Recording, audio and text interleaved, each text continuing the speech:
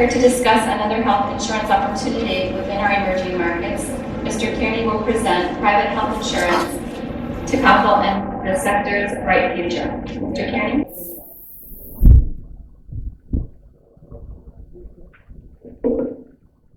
Good morning, everybody. Many of you might know our publication, the PHM Emerging Markets Healthcare Monitor, but actually, it's you that I'd like to speak with throughout the course of the day, because you are the people who are working in the region, and you are the ones at the front line, and there's a lot that I would like to learn from you. We have about 30 minutes to go through a variety of topics, and this presentation is going to be a little bit different from what we've seen in the past, in the morning and yesterday, in that we're going to be talking about the future well beyond tomorrow. I'd like to explain a little bit, very briefly, about what it is that I focus on in my work. I look at the risks and opportunities to healthcare portfolios. And these portfolios can be investment funds, hospital properties, insurance companies, other healthcare properties. And we explore the risks and opportunities that are not quantified, the politics, policies, and geopolitical influences in the healthcare market. So we're going to get started here. This morning, we're going to run through the presentation at a pretty quick pace. We're going to talk about the background. We're going to talk a little bit about history of the insurance sector. We're going to talk about the risk and opportunities, and then we're going to talk about the sector's bright future. For background, we're going to spend a few minutes on the historical aspects of insurance, because this is a little bit important in how we're going to frame the presentation through the day. We're going to discuss demographics, because demographics are going to have a huge impact moving forward. And we're also going to talk about the geopolitical influences around the world. But before we get started in the main gist of this presentation, there's two overriding themes I want everybody to pay attention to in this presentation. The first is what I call the full circle of Takaful, and we're going to discuss this towards the end. And the second is what we all know as the beauty of insurance. As you know, you're health insurance professionals. You know, insurance regulations date back as far as 3,527 BH, or about 2800 BC, and they were first used in what is now modern-day Iraq. Modern health insurance goes back to the mid-1800s, and it was credited to Chancellor von Bismarck. And truth be told, he created a form of health insurance so that the workers would be able to get back to work in the factories as quickly as possible. But he also spoke a lot about the need to develop trust between the employer and the employee. And that was another reason why he decided to bring health insurance into the modern workplace. Now, I'm going to talk about the beauty of insurance, and this is something I'm sure you all spend a lot of time talking about, perhaps with your family and friends, perhaps not, but I'm no longer allowed to talk about the beauty of insurance at dinner parties and in social circles, because my wife asked me to stop talking about it. Our friends tend to run away when we talk about the beauty of insurance. So here we have a room full of insurance professionals, but I'm going to briefly talk about where I was and what I first learned about the beauty of insurance. I am a third-generation insurance professional. I grew up understanding the professional nature of insurance, the educated background, the good work that it does. But it was here in the UAE in 2001, in Dubai, when I first learned about the beauty of insurance. I had a meeting scheduled for the general manager of an insurance company up in Dubai, and it was scheduled very, very briefly. That meeting lasted over 2 hours. And it was fascinating, and I had a great time listening to this general manager. And he opened my eyes as to what insurance can do. Well, I knew about the operational implications of insurance on a day-to-day basis. I had never thought about the broad social impact, the ability of insurance to raise a whole community out of its economic stalemate. We talked about the hydroelectrical plants being built with insurance backing, the roads and the rails, the skyscraper buildings throughout the region that are today leading the world as the tallest buildings. All of these facilities were built with the backing of insurance. Insurance has allowed Dubai, Abu Dhabi, Cairo, Doha, and many other cities in the region to become modern capital cities. And I nearly forgot about the beauty of insurance a few years after. I was at a conference, at a World Bank conference, and I was talking with a private equity professional from India. And we were talking about the low penetration of health insurance in India. And that's really quite a problem, and it's a problem still throughout much of the Middle East and the MENA region. But she said it wasn't a problem, because she said that family, if somebody had gotten sick, that family would be able to sell some livestock or some land, and all would be good. And I told her the lack of health insurance was doing great harm to India and to many other countries. Because without health insurance, that family would need to sell its livestock or some of its land or other property that may have taken a generation or two to acquire. And if they sell it, it will certainly take that long to reacquire it. School tuition might not be paid. Food and other necessities would have to be held back on. As you all know very well, health insurance does help societies move from low income to middle income and onwards. Insurance is a highly effective use of capital, and it does move whole countries. And that's what I call the beauty of insurance. And with the beauty of insurance, there's great opportunities. And with opportunities, there's also great responsibilities. When I think of health insurance in the Middle East and emerging markets in general, that's where I spend all my work, I'm often struck by the challenge of the general managers, people on the front lines like yourselves, trying to not only grow their business, but actually to grow a whole sector. The ethical responsibilities are great and can be damaged in short order. These are only a few of the questions that you all are used to being asked on a constant basis. But the most important question here is, can we, as an industry, continue to build upon the foundation of trust? Already, some countries are having difficulty with this issue, specifically in the area of healthcare fraud. In March of this year, we commented in our publication on two growing issues in the Middle East. One is the growth of unlicensed health insurance companies, and two, hospitals submitting dubious charges to insurance companies. Now, these charges are not unique to the Middle East or to the MENA region, but without swift regulatory action, the health insurance sector can be severely damaged in the eyes of the consumer, and here's how. Every year in Saudi Arabia, there's in excess of 1.2 billion riyals in healthcare fraud. That equals about 320 million US dollars, just in Saudi. This is a serious issue, and it's starting to cause problems. It's starting to cause people to ask, who is stealing from whom? Should I be stealing? And when I look at $320 million, I think about what should the industry be doing. Yesterday I met an American. I don't know him, I just met him here, and he has a company that does medical review. There's not much medical review being done in Saudi Arabia if they can afford $320 million in healthcare fraud in a very new market. The challenge here, and for all new markets, is this. The insurance sector, that is, all of us here today, in collaboration with competitors and regulators, must quickly move to thwart these actions. If we wait too long, the health insurance sector will be viewed by the population as outside its moral tenets, and trust will be lost. We know this from other countries with much longer histories of insurance, much of it in Central and Eastern Europe, and it's not a good place to be for a sector. We're now going to discuss demographics very, very briefly, and as you all know, it is the great demographic changes taking place in the region that is at the core of your business.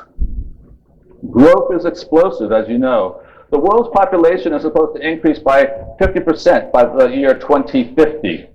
But what's more important for you here today and moving forward is the growth of the middle class. Now, this presentation is not going to spend a lot of time on data and issue points. But in this particular area, change in demographics is starting to happen. For the past 50 or so years, the populations have been getting younger and younger, and I think we just saw this morning the median or mean age here in Abu Dhabi is 18. But this is about to change in general throughout the whole region. And the region is aging and it's maturing demographically. And this is a very strong position to be in. The populations in the Middle East will begin to age from now onward till about 2050. Though they will still be very young. It will increasingly be a younger, middle-aged population. And with this aging of the population will come great demand for the services.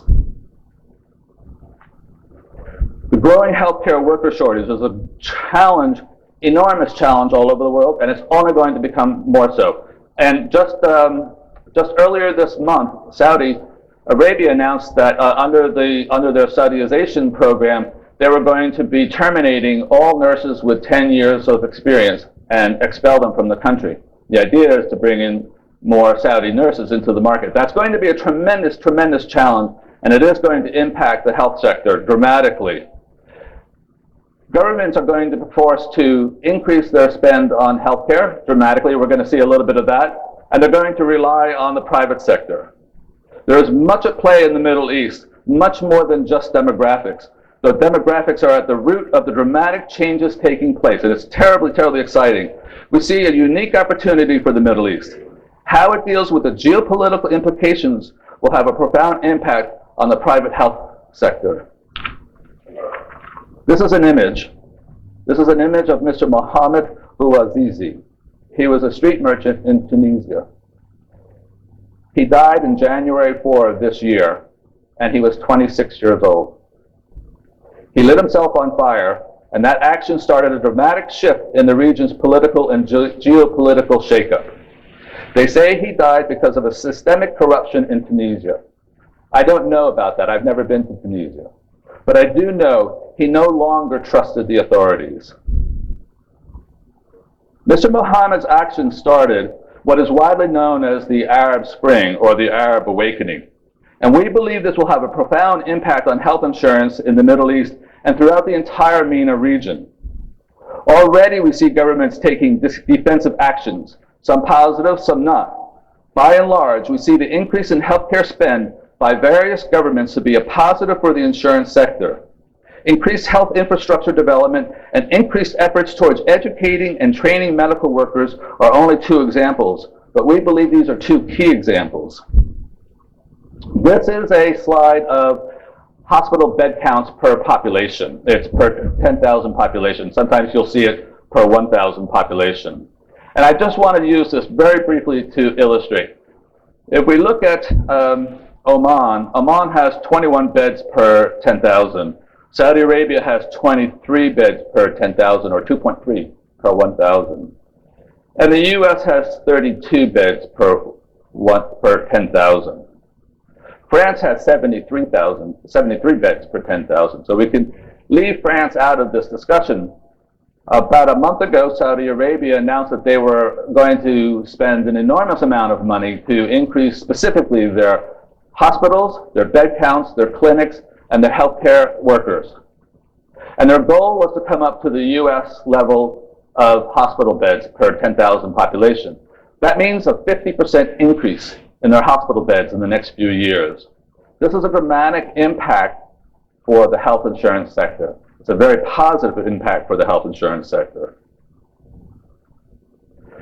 Next, we're going to spend a little bit of time on the risk and opportunities in the region in light of future realities. Some of those realities are the regulatory risks. We've briefly talked about regulatory risk in terms of fraud. Because the private health insurance sector is relatively new to the Middle East, you as leaders of the sector have a great opportunity to impact the future in regards to regulations. At a conference a short while ago, a leading insurance expert from the World Bank implored the audience to begin to lobby their country's regulators as partners in defining the sector's future. And I happen to agree. As partners, the sector's regulators will listen to you. You have the expertise. It's not going to be easy, but you must begin to be actively engaged with the regulators. There's already a foundation for this type of collaboration in insurance. Within the GCC, social insurance has been integrated since 2006, and this is a very good thing moving forward. But failure to participate in the process has its own risk. It would not be good for the region to end up with a USA-style regulatory framework.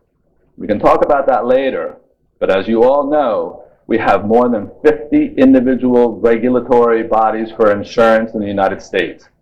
To end up for the Middle East or the MENA region to continue to have each country with its own regulatory body would not be a good place to be. We're going to talk very briefly about sovereign risk and currency risk in some detail, but we believe these are important exposures to keep in mind.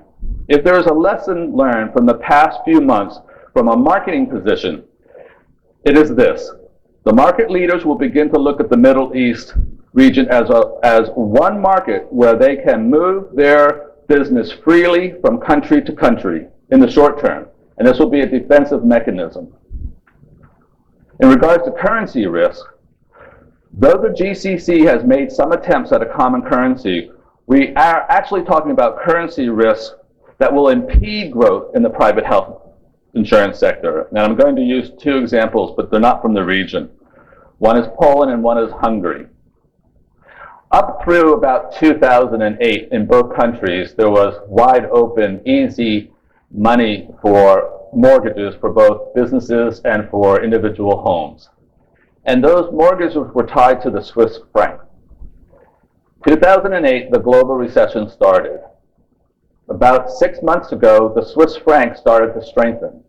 And it began to strengthen very much against the Polish and Hungarian currencies. And there were hundreds and hundreds of thousands of individuals whose mortgage servicing costs began to increase because the Swiss franc was increasing. This is a dramatic change. Businesses started to have to pay more for their commercial mortgages because their mortgages were tied to the Swiss franc. And we see in the short to near term a negative impact on private health care and private health insurance in general. And the reason for this is that the individual homeowner is going to have less money available for health insurance premiums, and we also see the potential of corporations having less money available for employee benefits. So we actually think there could be a pullback on some insurance expenditures in the short term. Here in Abu Dhabi, yesterday the HAAD announced that they had imposed fines on 44,000 plus individuals and businesses that had let their health insurance premiums lapse. Now, the article didn't go on to explain what was going on, but that would be a very curious situation. What is the reason why these people are starting to lapse on their compulsory cover? So now, regulatory, sovereign, and currency risks are only three of the many risks in the region and around the world. And the Middle East will continue to grow. These risk exposures will increasingly resemble those in other regions. This is an Aon political and economic risk map. It's from 2010. The 2011 version is online and it's interactive. It's really great. And I encourage everybody to go onto the site. You can go onto to Aon's website to see this. But for our purposes, I wanted to show this risk for a couple of reasons. The first is the colors. The colors represent the overall risk determination by Aon, moving from the lighter color of Morocco on the left to the deep color of Iraq and Iran. Surprisingly for the MENA region, including the Middle East, the colors have not changed from 2010 to 2011. That means that politically, even though there's been so much upheaval in the region, the risk managers see the region stabilizing very, very quickly. The second item is the actual risk icon, which is the individual bars that you're looking at, and you can see there are little icons in between, and there's a key to all those. And the one common risk factor throughout almost every country, throughout MENA and the Middle East, is legal and regulatory risk. And that's, you can see by the gavel up there. But this map also shows opportunities, and the opportunities are born from geographic and trade similarities. Clearly, one bright spot on the future of health insurance in the region is the firm establishment of the GCC trading bloc. As it expands, possibly with Jordan and Morocco over the next few years, so too will market opportunities. And those opportunities are deeply related to the work done today and truly make the trading bloc beneficial for the sector. I oftentimes encourage clients to think not only in terms of the normal blocks, trading blocks that we see today, like the GCC. Strategic thinkers see opportunities in the smallest and largest bits of information. As you know, the Middle East is already included in the MENA region, Middle East, North Africa. And now, due to cultural and regulatory opportunities, we are beginning to see talk of a SAMI region, that being Saudi, Ankara, Malaysia, and Indonesia. And the great thing with trade agreements is the ultimate opportunity for regulatory agreements. It is not too often we talk about regulations, technology advancements, and cultural opportunities in one slide or in one subject. But I believe these three are uniquely linked when we discuss health insurance and Takaful in particular. And I want you to take a moment and imagine what I'm about to say. Imagine a market not defined by geography, but by the regulatory and cultural similarities of the buyer. A buyer able to cross national borders by technological advancements.